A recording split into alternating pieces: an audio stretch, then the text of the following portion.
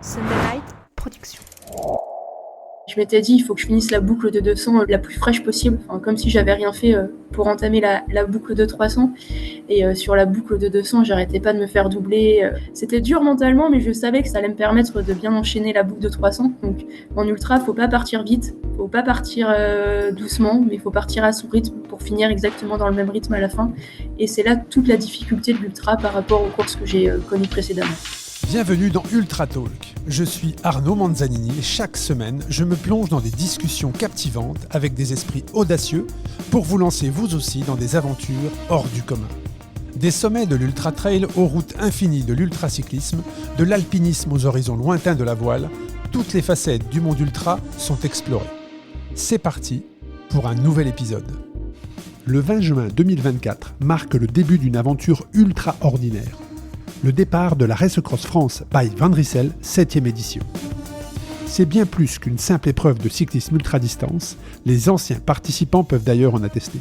C'est une célébration de l'endurance, de la camaraderie et de la découverte à travers les pays magnifiques de notre pays, la France, dans un périple épique à travers des kilomètres de route soigneusement sélectionnés par nos équipes.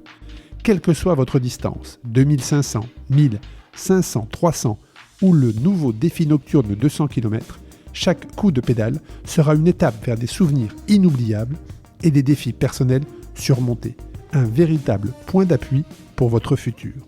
C'est dans ce genre d'épreuve que nous découvrons notre véritable force intérieure. À tous les coureurs, à tous les participants, à nos précieux bénévoles, à tous ceux qui nous soutiennent, je vous souhaite une épreuve mémorable. Pendant 10 jours, nous vous présenterons un portrait d'un homme, d'une femme, qui a eu l'audace d'être au départ et j'en suis convaincu, vous soufflera à l'oreille à la fin de cet épisode, mais toi aussi, tu en es capable. Bonne écoute et à très bientôt.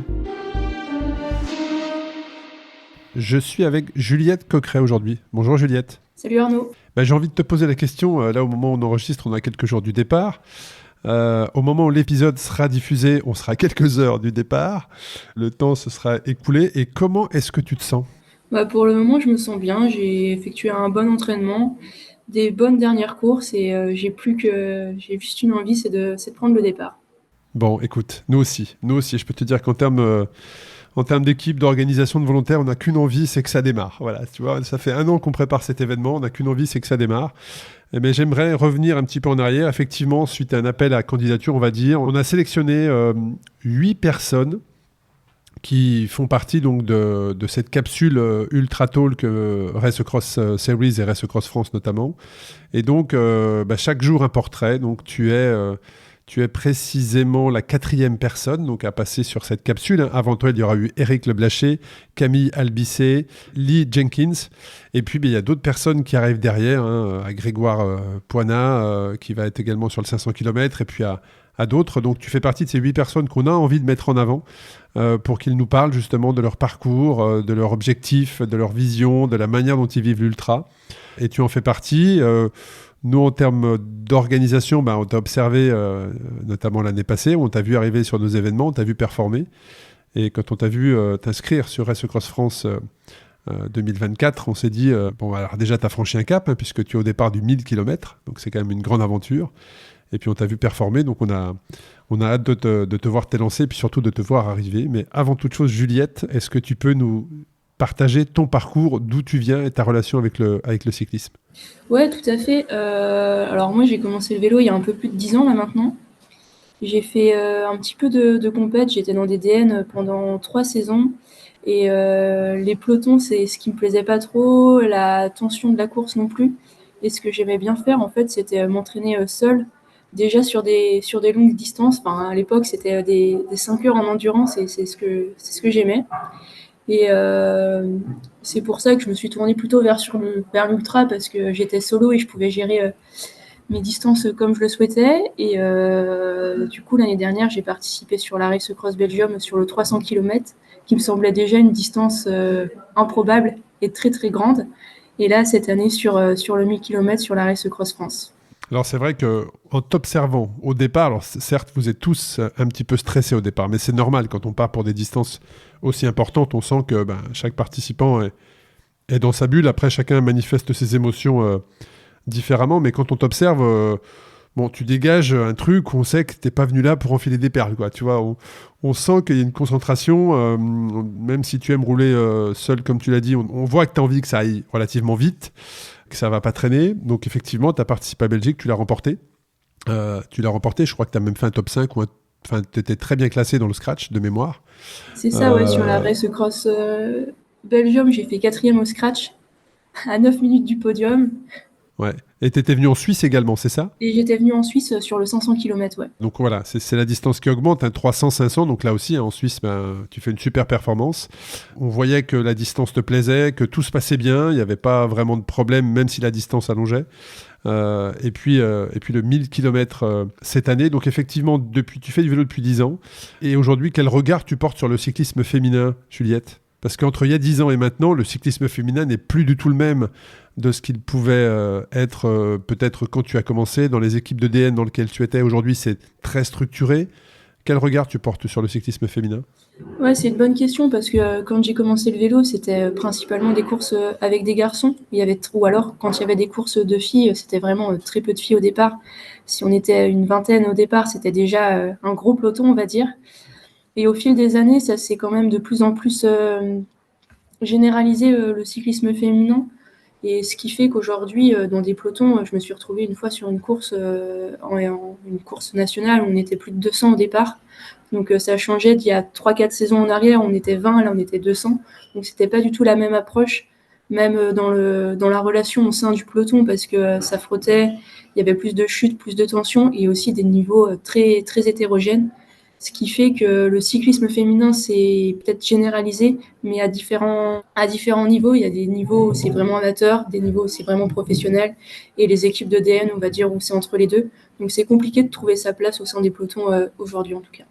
C'est vrai que ça s'est extrêmement professionnalisé, hein, et comme tu l'as dit, tu as des équipes qui sont du niveau World Tour, hein, donc là tout est anticipé, tout est planifié, tout est correctement suivi. Et puis après, pour des raisons de moyens, quand tu descends un petit peu dans les niveaux, là c'est un peu plus difficile pour les filles de pouvoir déjà avoir une rémunération qui leur permet de s'entraîner la tête et l'esprit libre, d'avoir des financements qui leur permettent également d'aller faire des stages, parce qu'aujourd'hui, tu prends les cyclistes professionnels, hommes et femmes, s'ils ne sont pas sur le vélo, s'ils ne sont pas en course, ils sont en stage, mais les stages, il faut les financer.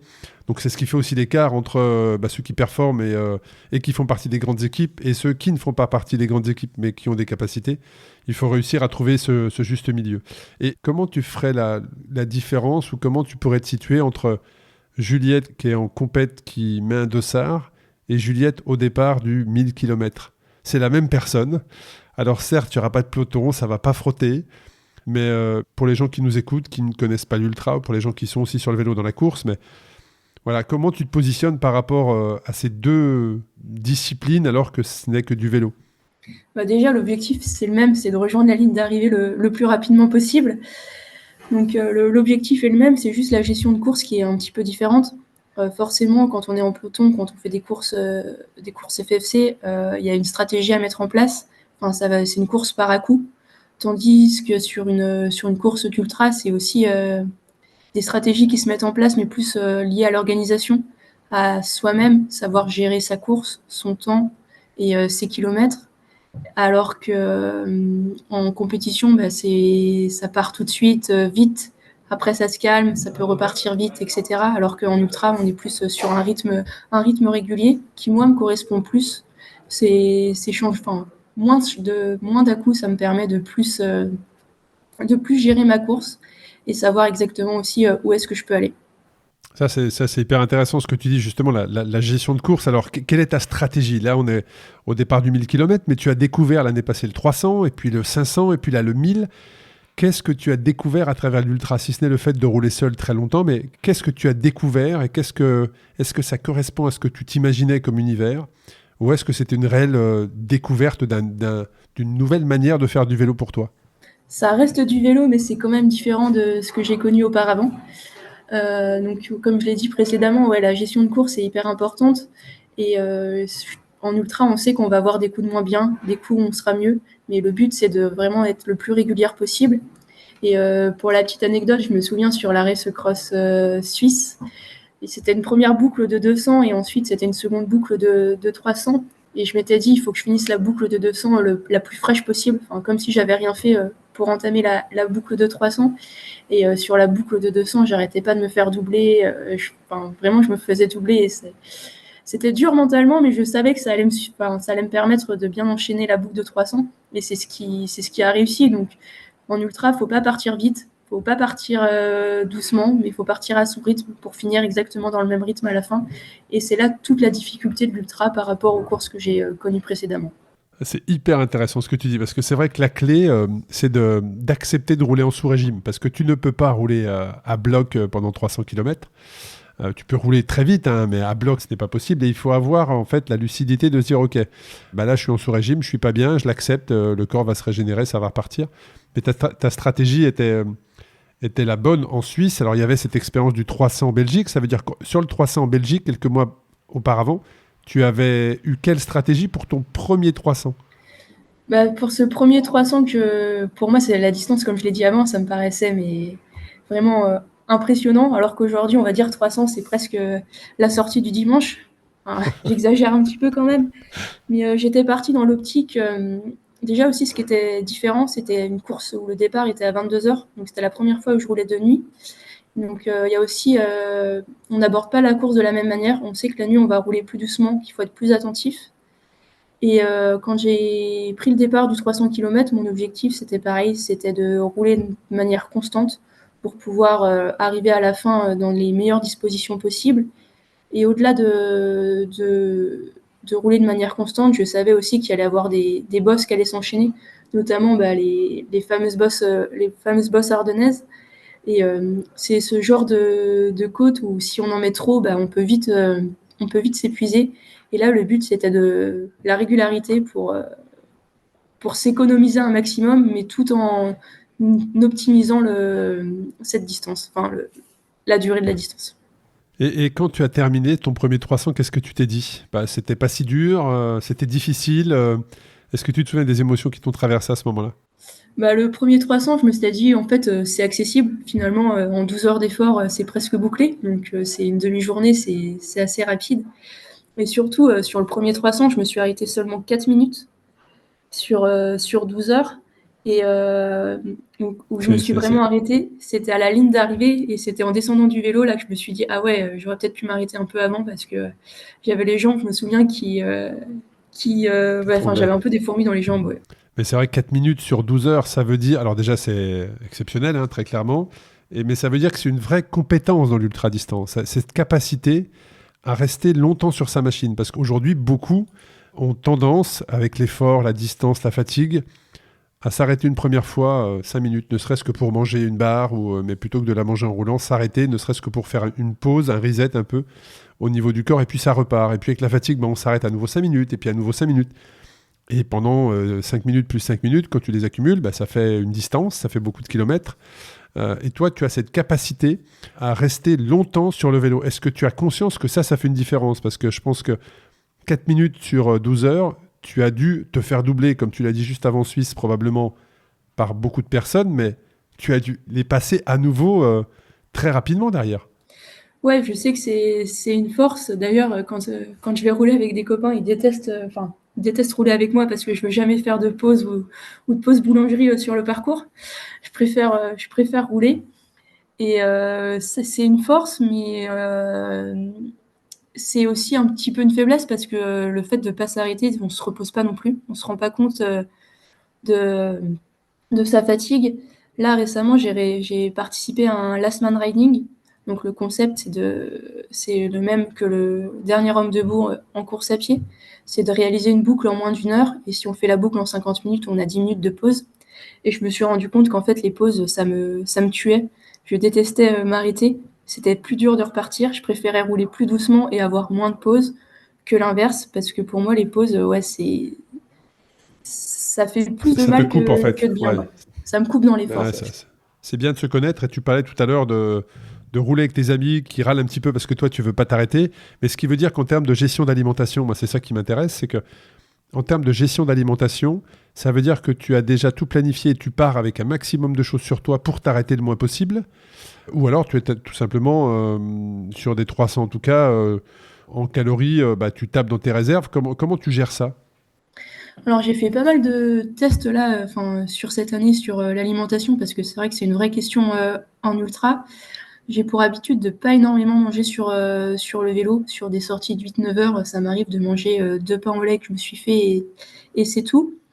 Et là, j'ai fait une grosse sortie il y a un mois, j'ai fait un 320 km et là je me suis forcée à manger toutes les demi-heures. Donc que ça soit une demi-pâte de fruits, juste avoir un truc dans la bouche toutes les demi-heures. Est-ce que tu as vu la différence? Je suis arrivée bien moins fatiguée, j'ai moins puisé et en termes de récupération, ça allait, c'était bien mieux. Je me sentais bien mieux quand je m'alimentais souvent. Donc je pense que la clé, ouais, en tout cas pour moi, c'est de manger régulièrement. Je pense que c'est la bonne stratégie. D'ailleurs, on le dit en ultra, quand tu fais de l'ultra, tu dois toujours avoir la main à la poche, en fait. C'est-à-dire que toutes les 20-30 minutes, effectivement, alors c'est pas de manger une pâte de fruits en entier, mais une petite bouchée. Et ta pâte de fruits, c'est de la découper en 3. Tu la manges dans l'heure, mais une petite bouchée à chaque fois, comme ça passe. Tu alimentes régulièrement en glucides ton organisme. Mais je pense que c'est la bonne stratégie, Juliette, parce que si tu ne l'avais pas testé, tu l'aurais fait pour la première fois probablement sur l'épreuve. Et là, ton corps n'aurait pas été habitué à avoir autant de calories que tu lui en apportes, parce que, comme tu l'as dit avant, 8 heures, 2 pains au lait, voilà, c'est clair qu'en calories, elles sont vite passées, quoi. Ça brûle très très vite, parce que la particularité d'un cycliste ultra, c'est qu'on a un temps effectivement d'assimilation ou de digestion qui est relativement rapide. On est capable de vite transformer la calorie en énergie. Donc ça, sur la partie alimentation, je pense que tu as apporté des clés.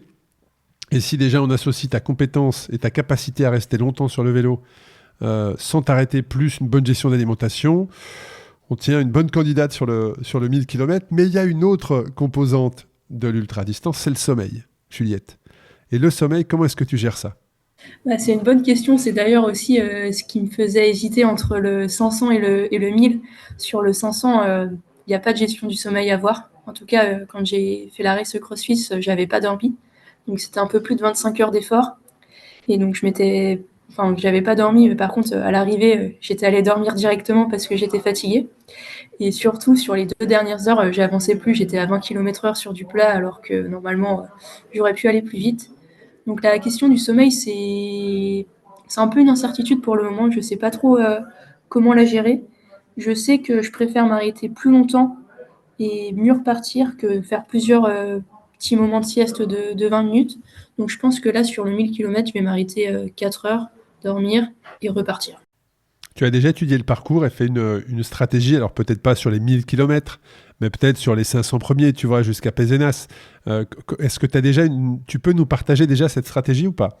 Ouais, alors j'aime bien regarder tout ce qui est traces, dénivelé et les cols à franchir. Donc quand la trace de l'Araf est sortie, je me suis directement plongée dessus. Je sais que, on va dire que les 300 premiers kilomètres sont vraiment durs, parce que c'est là où il y a les principaux cols. Ensuite, il y a 500 km de transition, où le dénivelé est acceptable, c'est assez roulant. Et enfin, les 200 derniers kilomètres qui vont être aussi assez redoutables, avec le Ventoux notamment, et puis après, pour repiquer sur Mandelieu. Mais en termes de sommeil, je m'étais dit, arriver donc à la base de vie de Pézenas, qui arrive à peu près à mi-parcours, sans dormir, ça serait déjà une belle victoire. Se reposer là-bas pour ensuite commencer la deuxième partie de course, pour moi qui va commencer, et être dans les meilleures conditions possibles en essayant d'avoir dormi, forcément. Sauf que Et tu te la situes base de vie de Pézenas arrive tardivement quand même. Tu te situes dans quelle catégorie de coureuse, Juliette? C'est plutôt une rouleuse, une sprinteuse, une grimpeuse? À la base, quand tu étais dans les équipes en DN, que tu fais de la compétition, on te met dans quelle catégorie? C'est un peu compliqué, j'ai pas le gabarit de grimpeuse. J'aime bien rouler sur le plat. Et en sprint, ça marchait pas trop mal non plus. Donc peut-être j'étais un peu moyenne dans toutes ces cases-là, on va dire. Bon, intéressant. Je te pose la question parce que dans les Pyrénées, il y a quand même des cols qui sont splendides. Alors malheureusement, on ne peut pas faire l'enchaînement que j'aurais tant souhaité, mais on y reviendra. Au Bisque-sous-l'Or, puisqu'il y a eu, de par les conditions météo qu'on a tous connues en France, qui sont très mauvaises depuis novembre, un éboulement qui a rendu le col du Soulor impraticable. Donc on ira faire le col de Spandel, qui est très beau, mais difficile, très très exigeant. Et puis il y a le Tourmalet. Est-ce que tu connais ces cols-là dans les Pyrénées ou est-ce que c'est la première fois que tu vas poser tes roues dans les Pyrénées, Juliette? C'est aussi pour ça que je participe à la RAF, parce que je connais pas du tout les Pyrénées. Donc, je pense que c'est bien de découvrir. Ah, génial. Quand on connaît trop l'école, il n'y a pas forcément de découverte, alors que là, ça va être une totale découverte. Donc, ça va être plutôt chouette. Alors c'est vrai que ça va être magnifique, hein. Les Pyrénées, si les conditions sont idéales, mais ça malheureusement on ne le maîtrise pas, mais c'est d'un paysage tellement abrupt et naturel que c'est splendide. Ensuite, juste après le Tourmalet, vous allez être magnifiquement bien accueillis dans la base de vie d'Octave. Chez Octave, donc c'est un café vélo et on a collaboré avec la ville de Bagnères pour que vous soyez très bien reçus, donc ça va être top. Et effectivement, après tu vas rejoindre Pézenas, il y a cette phase de transition qui t'amène au Ventoux, et puis il y a le Ventoux par Malocène. Le Ventoux par Malocène, après 800 km, un peu moins de 800 km, ça représente une sacrée épreuve. Alors le Ventoux, est-ce que tu connais? Est-ce que tu l'as déjà gravi par Malocène? Non plus? Non plus, ouais, c'est vraiment une découverte. Je connais pas non plus. Waouh! Alors là, je dis waouh! Alors, comment te dire? Qu'est-ce que je pourrais te partager sur Malocène? C'est que pour beaucoup, c'est l'ascension du Ventoux la plus difficile. Pour d'autres, non. Certains, c'est bédouin. Moi, je me rangerais plutôt effectivement du côté de Malocène. Pourquoi? Parce que visuellement, alors que par Bédouin, tu vas un petit peu tournicoter dans les bois et la pente visuellement va être peut-être un peu moins impressionnante. Il y a quand même un virage qui est quand même assez marquant, mais par Malocène, ce sont des rampes en fait. Voilà. C'est-à-dire que tu as des grandes lignes droites devant toi et là, le pourcentage, il est face à toi. Mais par contre, c'est selon moi la plus belle vue du Ventoux puisque tu arrives par l'arrière du Ventoux et le Ventoux, tu vas vraiment enchaîner les virages, les lacets sous le Ventoux. Donc tu arrives par l'arrière de la fameuse photo que l'on voit tous du Ventoux, tu arrives derrière mais par contre tu es vraiment sous le Ventoux et cette vue est juste splendide. Et à partir du chalet Lyotard, l'enrobé qui a été refait il y a 2-3 ans je crois, l'enrobé est juste magnifique. Donc là, même si c'est difficile, ce sont quand même des très très bons moments. Disons, ça va être un 1000 km plein de découvertes, en fait, Juliette. Tout à fait, ouais, c'est vraiment totale découverte sur ce 1000 km. Alors, il y a beaucoup de filles. Il y a beaucoup de filles sur le 1000 km qui sont présents. Il y en a plus également sur le 2005 que les années passées. Beaucoup de filles sont présents. Est-ce que, en tête, Juliette, tu as un objectif de te dire je vais jouer le classement ou tu es juste dans une position de dire je veux déjà faire mon premier 1000 km, être finisher, et puis derrière, il se passera ce qui se passera. Ouais, je pars plutôt sur la deuxième option. Déjà, 1000 km, c'est une bonne distance. Et l'objectif, c'est déjà de rallier l'arrivée. Et après, si je peux faire une bonne place, tant mieux. Mais s'il n'y en a pas à la clé, c'est pas grave. Bon, beaucoup d'humilité, c'est ce qu'il faut dans l'ultra. Mais t'as plein de super compétences pour faire de l'ultra, Juliette. Franchement, de tout ce que tu me dis là, je me dis, ça va être une belle finisheuse, quoi. Hein. Est-ce qu'on a le 2500 en tête ou pas, de ton côté? 300, 500, 1000, 2500, c'est peut-être la marche du dessus. On verra comment se finit le 1000 à la fin du mois, mais pourquoi pas, je le garde en tête. C'est pas non plus un objectif, mais on verra comment je finis le 1000 km. Ouais. Je comprends. D'après ton parcours, Juliette, qu'est-ce que l'ultra t'a apporté? Quand je te dis ça, c'est qu'on voit effectivement ton profil, compétitrice, tu fais du vélo depuis 10 ans, tu as goûté à la compétition dans des équipes structurées, et puis tu bascules sur l'ultra, 300, 500, 1000. Je pense que toutes les personnes qui écoutent cet épisode seront OK avec moi, mais la tête bien faite, de l'humilité. Comment tu peux expliquer ce que l'ultra-cyclisme t'a apporté aujourd'hui? Est-ce que tu t'es découvert comme certaines, comme certains? Est-ce que ça t'a donné confiance, comme peut-être d'autres? Mais qu'est-ce que t'a apporté l'ultra-distance aujourd'hui? Comment tu pourrais le décrire? L'ultra m'a apporté beaucoup d'humilité.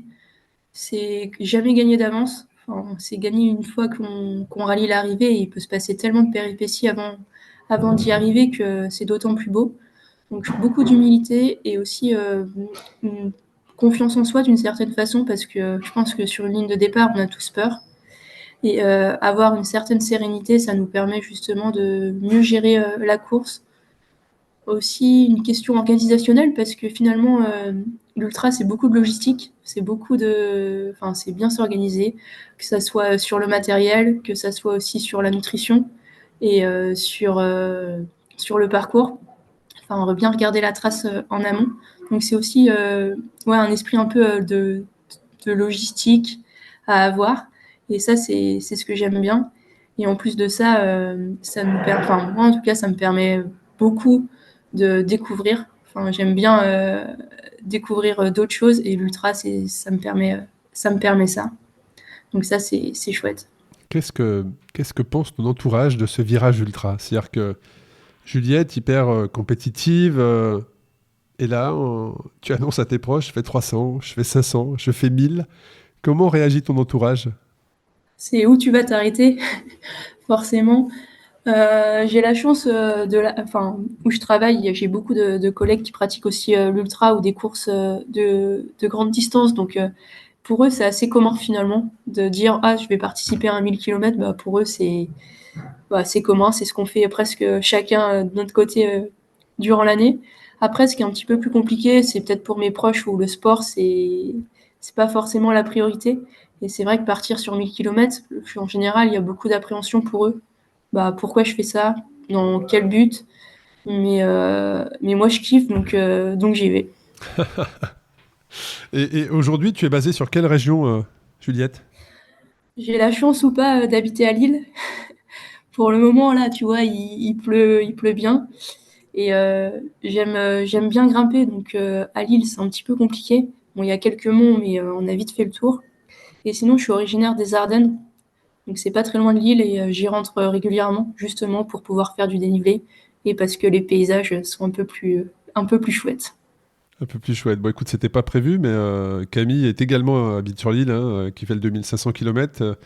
Dont l'épisode est passé il y a 2 jours maintenant, je vous invite à l'écouter. Une belle région, bah, on part de Lille, hein, c'est vrai qu'on met à l'honneur aujourd'hui notre partenaire Kevin Drissel en partant du Between Village, donc tu pars presque de la maison, donc j'imagine qu'on en parle beaucoup entre collègues, puisque là on arrive à quelques heures du départ, mais pour toi, Juliette, qu'est-ce que représente Race Cross France? Alors tu as participé à d'autres événements, mais là tu es sur le 1000 km, mais ça représente quoi pour toi? C'est quoi? C'est des valeurs? C'est une épreuve? C'est une référence? Qu'est-ce que ça représente? Bah, un petit peu les trois que tu as évoqués, donc une valeur, une épreuve et une référence, parce qu'il y a beaucoup de partage, enfin, vraiment sur les différentes courses, on se fait des amis, ce qui nous permet aussi d'échanger quand on a des questions vis-à-vis de l'ultra. Donc il y a, je trouve, un beau moment de partage. Ensuite, c'est également une épreuve parce que c'est quand même, euh, c'est quand même des distances importantes et c'est pas donné à tout le monde, je pense. Et enfin, c'est aussi une référence parce que quand on parle de race cross, bah, ça parle tout de suite à tous ceux qui s'y intéressent. Donc c'est un petit peu les trois à la fois pour moi. Et au niveau de ton matériel, parle-nous de ton matériel. Est-ce que tu as changé des choses depuis ton 300-500 de l'année passée ou tu t'es dit, bon là, je vais sur le 1000, il faut que j'adapte un petit peu mon vélo ou mon matériel? Mais sinon, qu'est-ce que tu peux nous dire sur comment est-ce que tu l'as équipé? Est-ce que tu as plusieurs sacoches positionnées devant, peut-être sur le cadre ou à l'arrière? Un sac à dos peut-être parce qu'aujourd'hui, venant du trail, on voit beaucoup sur les longues distances ces fameux sacs à dos poche où tu peux mettre 2 litres d'eau et un petit peu soit du textile, soit de l'alimentation. Comment tu t'es équipé au niveau matériel sur ce défi de 1000 km? Alors sur les deux race cross auxquels j'ai participé, tout le monde me disait que je voyageais, que je faisais la course assez light, c'est-à-dire que Je j'avais juste confirme. une Je sacoche de confirme. sel avec de quoi réparer et une petite sacoche de guidon dans laquelle j'avais tout ce qui était nutrition, des barres, etc. Donc je suis partie comme ça sur le 300 et sur le 500. Là, sur le 1000 km, il va falloir être un petit peu plus chargé, mais gare plus. Je pense juste que je vais augmenter ma sacoche de sel pour une 3,5 litres, donc qui reste quand même relativement assez compacte et petite, où je vais pouvoir y insérer des vêtements en plus, notamment une veste. Et après, pour le moment, je m'interroge à mettre des prolongateurs ou pas pour le parcours. Justement, je vais rouler ce soir avec des prolongateurs, voir un petit peu ce que j'en pense. Pour le moment, j'étais partie sans prolongateur sur les différentes courses auxquelles j'avais participé. Et là, c'est encore un petit peu l'inconnu pour prendre le départ de la RAF, avec ou sans prolongateur. Donc, réponse bientôt.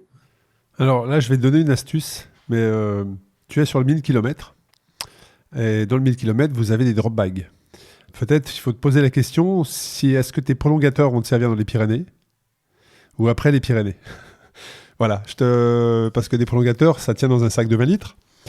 Donc après, bon, il faut les monter, il faut les positionner. Je ne sais pas quel type de prolongateur tu as, mais on a déjà vu dans les drop bags dans certaines stratégies, des personnes qui positionnaient les aéros, soit qu'ils les enlevaient parce qu'on arrivait dans les Alpes par exemple, et là ils les enlevaient parce qu'ils savaient qu'à la fin le dénivelé était quand même relativement important et l'apport de l'aéro des barres serait pas forcément aussi intéressant que les portions de route avant. Mais voilà, interroge-toi sur le type de barre que tu as choisi. Est-ce qu'elle peut se positionner facilement ou pas sur ton guidon? Est-ce que tu sais les régler ou pas? Et est-ce que, si c'est facile, est-ce qu'à ce moment-là, il n'y aurait pas un intérêt à les mettre juste sur la deuxième partie du parcours plutôt que sur la première? Mais en tout cas, les barres, quand tu fais du long, pour moi, c'est indispensable parce que ça permet, en plus de l'aéro et du gain, mais ce n'est pas là l'objectif pour moi, c'est vraiment le fait de pouvoir reposer le haut de ton corps. Et quand tu fais un 300 km sans barres et avec des barres aéro, tu sens vraiment la différence, que ton corps est vraiment reposé. Tu peux relâcher quand même un peu la tension. Mais après, oui, ça nécessite quand même un certain entraînement. En tout cas, tu nous as partagé ton parcours, ta vision, ta manière de faire. Moi, je trouve ça hyper inspirant et pour le coup, tout va dans le bon sens. On arrive sur la fin de l'épisode, Juliette. Moi, j'aimerais te laisser la parole pour que tu nous partages. Je sais pas, que tu laisses un dernier message ou tu laisses quelques mots pour terminer cet épisode auprès des auditrices et auditeurs, qui soient sur la Race Cross France ou qu'ils ne le soient pas, mais quel message tu as envie de faire passer aujourd'hui aux gens qui nous écoutent? Je dirais qu'au départ d'une course, on se pose beaucoup de questions, mais à l'arrivée, on a trouvé beaucoup de réponses à ces questions. Et ça permet justement d'en savoir plus sur soi. Et on apprend beaucoup sur qui on est en faisant des courses d'ultra. Je te rejoins parfaitement. Les lignes bougent. Est-ce que les lignes ont un petit peu bougé pour toi depuis que tu fais de l'ultra, ou tu sens qu'il y a des choses qui ont bougé à l'intérieur, ou pas encore, j'allais dire, ou pas encore? J'ai peut-être pas assez de recul, mais je dirais, pour le moment, j'ai pas l'impression non plus qu'il y a beaucoup de choses qui ont changé dans mon quotidien depuis que je fais de l'ultra. Après, peut-être que dans 3-4 ans, je me dirais, ah oui, ça a changé depuis que j'ai commencé l'ultra, mais pour le moment, pas encore. Je pense que la distance qui s'allonge va aider à avoir cette introspection dont tu parlais, être seul sur le vélo. Là, 1000 km, probablement autour de 3 jours. Il y a des moments qui vont t'amener à avoir une certaine réflexion. Et là, tu vas rentrer dans des distances, on va dire, dans l'ultra qui font que oui, l'aventure c'est un autre monde en fait. 300-500, effectivement, tu as fait des super temps. Là, 1000 km, c'est une autre gestion. Tu as des Pyrénées, tu as du dénivelé. Ce sont des cols de haute montagne. Puis tu as le Ventoux pour terminer. Et puis après, ça ne descend pas jusqu'à la mer. Entre Ventoux et Mandelieu, c'est assez casse-pattes. Donc voilà, ça va être très intéressant en tout cas moi je serai à l'arrivée, je serai au départ bien évidemment Anglette, mais je serai à l'arrivée pour te voir franchir la ligne, et ça c'est une des premières questions que je vais te poser, c'est alors, comment ça s'est passé? En tout cas voilà, si vous voulez suivre Juliette, c'est sur le site racecrossseries.com, vous avez le suivi live, et Juliette va porter le dossard 1222, et vous pourrez donc la mettre dans vos favoris, suivre son évolution, et voir combien de kilomètres elle a parcouru la nuit alors que vous vous êtes reposé, ou 2 jours alors que vous êtes allé travailler. Juliette, elle va parcourir l'intégralité du sud de la France, qu'elle va partir du bord de l'océan pour aller rejoindre la mer Méditerranée à une destination qui est Mandelieu, et cette magnifique descente du Grand-Duc où tu vas avoir une vue sur Mandelieu qui va probablement te marquer à jamais. Écoute Juliette, je te remercie beaucoup. Merci à toi. Je te souhaite une bonne fin de préparation, parce que là on y est, on est dans le Money Time. Et puis je te retrouve à Anglette, et on va suivre ton évolution, et je te le souhaite vraiment d'être finisher sur ce 1000 km et de te retrouver à Mandelieu. Un grand merci pour ta dispo, ne lâche rien, continue comme ça et vive le cyclisme ultra-distance. Merci beaucoup, salut Arnaud. À très bientôt pour un nouvel épisode, et demain ça sera un nouvel invité sur cette capsule Ultra Talk qui reste Cross France, donc je vous souhaite une excellente journée et je vous dis à très bientôt. Alors cet épisode, il vous a plu ? Merci de partager l'histoire de mon invité à votre entourage. Par WhatsApp, c'est hyper simple, mais aussi sur les réseaux. Il le mérite, non ? Et en plus, cela permet au podcast de se faire connaître un peu plus chaque jour. Merci beaucoup pour cette attention, et à très bientôt pour une nouvelle histoire vraie. La vôtre, peut-être un jour d'ailleurs. Merci d'avoir écouté cet épisode captivant d'Ultra Talk. J'espère que cette conversation inspirante avec des individus audacieux vous a laissé avec de nouvelles perspectives et une motivation renouvelée. N'oubliez pas que vous aussi, vous pouvez embrasser l'extraordinaire dans votre propre vie. Restez connectés sur les réseaux sociaux Ultra Talk et sur le site ultratalk-podcast.com. Continuez à vous aventurer et à repousser vos limites. À la semaine prochaine pour un nouvel épisode passionnant d'Ultra Talk.